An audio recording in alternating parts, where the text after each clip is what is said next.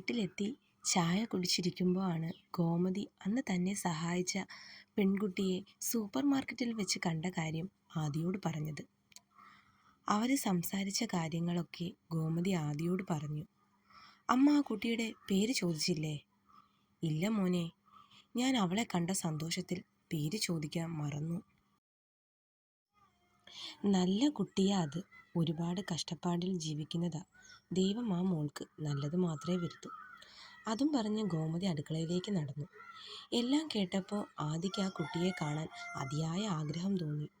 അപ്പോഴും അവൻ്റെ മനസ്സിൽ എന്തിനെന്നറിയാതെ ശിവാനിയോട് ദേഷ്യം തോന്നി.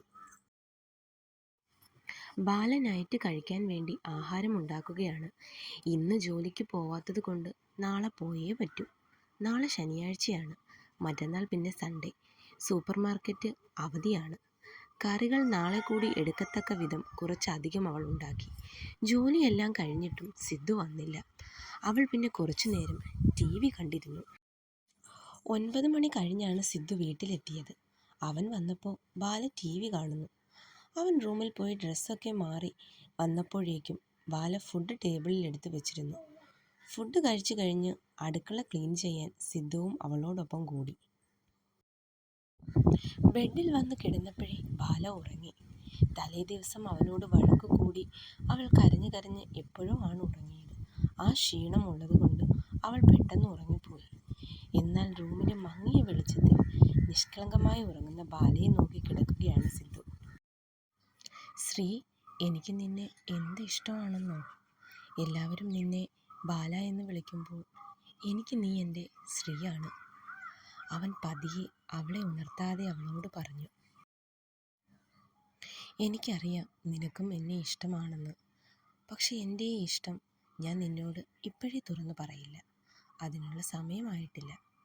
എന്നെക്കുറിച്ച് എല്ലാ കാര്യങ്ങളും അറിഞ്ഞ ശേഷം മാത്രമേ ഞാൻ എൻ്റെ ഇഷ്ടം നിന്നെ അറിയിക്കൂ. അത്രയും പറഞ്ഞ് അവനും ഉറക്കത്തിലേക്ക് വീണു. ജോലിക്ക് പോവാനുള്ളത് കൊണ്ട് ബാല നേരത്തെ ഉണർന്നു. തൻ്റെ അടുത്ത് കിടന്നുറങ്ങുന്ന സിദ്ധുവിലേക്ക് ഒരു നിമിഷം അവൾ നോക്കിയിരുന്നു. അങ്ങനെ ബാല ജോലിക്കും സിദ്ധു വർക്ക്ഷോപ്പിലും പോയി. തലേ ദിവസം സിദ്ധു ശിവാനിയെ വീട്ടിൽ കൊണ്ടാക്കിയ കാര്യമൊക്കെ ശിവാനി ബാലയോട് പറഞ്ഞു. ശനിയാഴ്ച ആയതുകൊണ്ട് തന്നെ അന്ന് അവർക്ക് രണ്ടുപേർക്കും രാവിലെ മുതൽ വൈകുന്നേരം വരെ ജോലിയുണ്ട്. ബാല വീട്ടിലെത്തി കുറച്ചു കഴിഞ്ഞപ്പോൾ സിദ്ധുവും എത്തി. നീ റെഡി ആയിക്കേ, നമുക്കൊരിടം വരെ പോകാനുണ്ട്. എങ്ങോട്ട്? അവൾ ചോദിച്ചു. ഞാൻ എവിടെയെങ്കിലും പോവാൻ വിളിച്ചാൽ അതിൽ പിന്നെ കൂടുതൽ ചോദ്യങ്ങളൊന്നും വേണ്ട, അവനൊരല്പം കടുപ്പിച്ച് പറഞ്ഞു. അവൾ പെട്ടെന്ന് ഡ്രസ്സ് മാറ്റി ഇറങ്ങി. ബൈക്ക് കുറച്ചു ദൂരം പിന്നിട്ട് കഴിഞ്ഞപ്പോൾ അവൾക്ക് മനസ്സിലായി അവൻ എങ്ങോട്ടാ പോണതെന്ന്. എങ്കിലും അവൾ ഒന്നും ചോദിച്ചില്ല. പക്ഷേ ഇപ്പോൾ എന്തിനാ അവൻ അങ്ങോട്ട് പോണത് എന്നവൾ ചിന്തിച്ചു. ചിന്തകൾക്ക് വിരാമമിട്ട് ബൈക്ക് ബാലയുടെ വീട്ടുമുറ്റത്ത് നിർത്തി. ഇറങ്ങ്, അവൻ ബാലയോട് പറഞ്ഞു. പുറത്ത് വന്നു നിൽക്കുന്ന അതിഥികളെ കണ്ട് ആമി വലിയ സന്തോഷത്തിൽ അവരെ അകത്തേക്ക് വിളിച്ചു. സിദ്ധു ആമിക്ക് വേണ്ടി മേടിച്ച ഒരു സീറ്റ് ബോക്സ് അവളെ ഏൽപ്പിച്ചു. താങ്ക്സ് ഏട്ടാ, ആമി സിദ്ധുവിൻ്റെ കയ്യിൽ പിടിച്ചു പറഞ്ഞു. അവൻ അവളുടെ തലയിൽ ഒന്ന് തലോടി. എന്നാ ഇതൊക്കെ കണ്ട് കണ്ണും മിഴിച്ചു നിൽക്കുവാ ബാല. ഇതൊക്കെ എപ്പോ മേടിച്ചു? ബാല മനസ്സിൽ പറഞ്ഞു. രാഗിണി അവർക്ക് കുടിക്കാൻ ചായ എടുത്തു. വല്യച്ഛൻ എവിടെ? ചായ കുടിച്ചുകൊണ്ട് ബാല ചോദിച്ചു.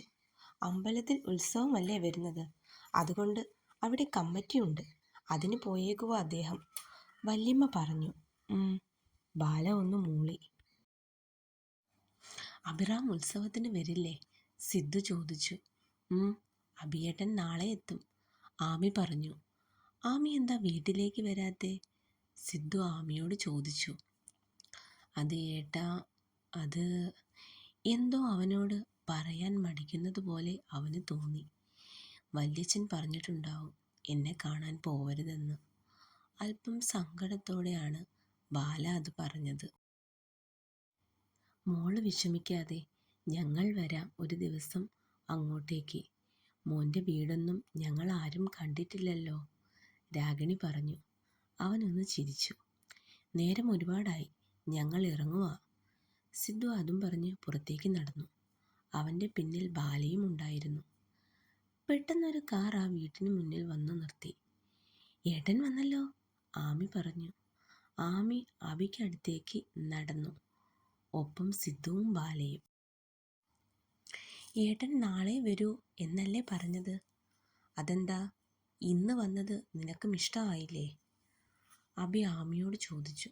ഒന്ന് പോയേട്ടാ, ഞാൻ വെറുതെ ചോദിച്ചയാ. സിദ്ധു അബിയെ നോക്കി ഒന്ന് ചിരിച്ചു. എന്നാൽ അബി അവരെ നോക്കാതെ അകത്തേക്ക് പോയി. അബി അങ്ങനെ ചെയ്തത് ബാലയ്ക്ക് സങ്കടം തോന്നി. എങ്കിൽ ശരി മോളെ, ഞങ്ങൾ ഇറങ്ങുക. സിദ്ധുവും ബാലയും തിരിച്ചു വീട്ടിലേക്ക് വരികയാണ്. ബാല ഒന്നും മിണ്ടാതെ ഇരിക്കുകയാണ്. നിനക്കെന്തു പറ്റി? അബി മിണ്ടാത്തതിൽ സങ്കടമായോ? അവൻ ചോദിച്ചു. ഏയ് ഇല്ല, എനിക്കതൊക്കെ ശീലമാണ്. പിന്നെ ഇന്ന് സിദ്ധു കൂടെ ഉണ്ടായിട്ടും ഒന്ന് ചിരിക്കുക പോലും ചെയ്യാതെ അബിയേട്ടൻ പോയപ്പോൾ വിഷമം തോന്നി, ബാല പറഞ്ഞു. പിന്നീടുള്ള ദിവസങ്ങൾ വലിയ മാറ്റങ്ങളില്ലാതെ കടന്നുപോയി. ഇടയ്ക്ക് ശിവാനിയുടെ അമ്മയ്ക്ക് വയ്യാതെ ഹോസ്പിറ്റലിലായി. ശിവാനിക്കൊരു സഹായത്തിനായി സിദ്ധുവും ഫ്രണ്ട്സും കൂടെ തന്നെ ഉണ്ടായിരുന്നു. ഈ ചുരുങ്ങിയ ദിവസം കൊണ്ട് ശിവാനിയുടെയും ആവണിയുടെയും വീട്ടുകാർക്കും സിദ്ധാർത്ഥിനെ വലിയ ഇഷ്ടമായി.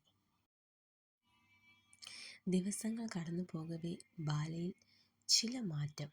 അവളുടെ മനസ്സിൽ തങ്ങൾ പോലും അറിയാത്ത എന്തോ ഉണ്ടെന്ന് ശിവാനിക്കും ആവണിക്കും തോന്നി. ബാലയോട് ചോദിച്ചപ്പോൾ ഒന്നുമില്ലെന്ന് പറഞ്ഞ് അവൾ ഒഴിഞ്ഞുമാറി. എന്നാൽ അവളിലെ ഈ മാറ്റവും അതിനുള്ള കാരണവും സിദ്ധുവിന് മനസ്സിലായി. പതിവ് പോലെ ശിവാനിയെയും ബാലയെയും കാത്ത് ആവണി കോളേജിലുണ്ട്. എന്നാൽ അവളുടെ ആ മുഖത്ത് ഒരു തെളിച്ചക്കുറവ്.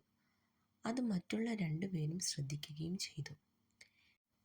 നിനക്കെന്തു പറ്റി? ശിവാനി ആവണിയോട് ചോദിച്ചു. ബാല, എനിക്ക് നിന്നോട് ഒരു കാര്യം സംസാരിക്കാനുണ്ട്, ആവണി പറഞ്ഞു. അവളുടെ ആ സംസാരത്തിൽ തന്നെ കാര്യം കുറച്ച് ഗൗരവം ഉള്ളതാണെന്ന് അവർക്ക് പിടികിട്ടി. എന്താടി? ബാല ചോദിച്ചു. അത് നീ എന്താന്ന് വെച്ചാൽ ഒന്ന് പറ ആവണി, ശിവാനി പറഞ്ഞു. അത് സിദ്ധുവേട്ടൻ. ആവണി കാര്യം പറയാതെ മടിച്ചു നിൽക്കുക. സിദ്ധുവിനെയും മാധു എന്നൊരു പെൺകുട്ടിയെയും ഹോട്ടൽ റൂമിൽ നിന്നും പോലീസ് അറസ്റ്റ് ചെയ്ത കാര്യമല്ലേ നീ പറയാൻ വരുന്നത്?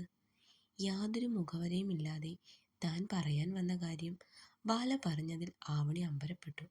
എന്നാൽ കേട്ട കാര്യത്തിൽ ഞെട്ടി നിൽക്കുവാണ് ശിവാനി. തുടരും. ചാനൽ സബ്സ്ക്രൈബ് ചെയ്യാത്ത ഒരുപാട് കൂട്ടുകാരുണ്ട്. എല്ലാവരും ഈ ചാനലൊന്ന് സബ്സ്ക്രൈബ് ചെയ്യണേ. അതുപോലെ തന്നെ സ്റ്റോറി ഇഷ്ടപ്പെടുകയാണെങ്കിൽ എല്ലാവരും ലൈക്കും കമൻറ്റും ചെയ്യണം.